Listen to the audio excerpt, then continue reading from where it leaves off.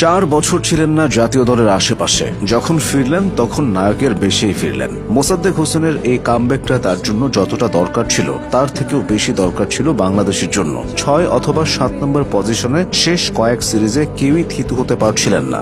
মোসাদ্দেক ফিরে জায়গাটা নিজের করে নিয়েছেন। স্পিনটা ভালো খেলেন, ইনিংস বিল্ড আপ করতে জানেন। ব্যাটার মোসাদ্দেককে আলাদা করা যায় নানা কারণে। বাংলাদেশের কিছু ঐতিহাসিক জয়ে মোসাদ্দেক অবদান রেখেছেন সামনে থেকে। 2017 চ্যাম্পিয়ন্স ট্রফিতে নিউজিল্যান্ডের বিপক্ষে ম্যাচে তিনি বল হাতে দুর্দান্ত একটি স্পেল করেন। মাত্র 13 রানে 3 উইকেট নিয়ে তিনি কিউইদের বড় সংগ্রহে যেতে দেননি। ওই স্পেলই বাংলাদেশের ঐতিহাসিক জয়ে ভূমিকা রাখে এবং বাংলাদেশ পৌঁছে যায় সেমিফাইনালে। শ্রীলঙ্কার বিপক্ষে বাংলাদেশের 100তম টেস্টের কথা মনে আছে? সেটা ছিল মোসাদ্দেকের অভিষেক টেস্ট। সেই ম্যাচে মোসাদ্দেক ব্যাট হাতে গুরুত্বপূর্ণ সময়ে 75 রানের এক ধৈর্যশীল ইনিংস খেলেন। চাপের মুহূর্তে তার ব্যাটিং শেষ পর্যন্ত ঐতিহাসিক সে টেস্ট জয়ে সহায়ক হয়। তার সবচেয়ে বড় অবদানের কথা বলাই হয়নি। 2019 সালে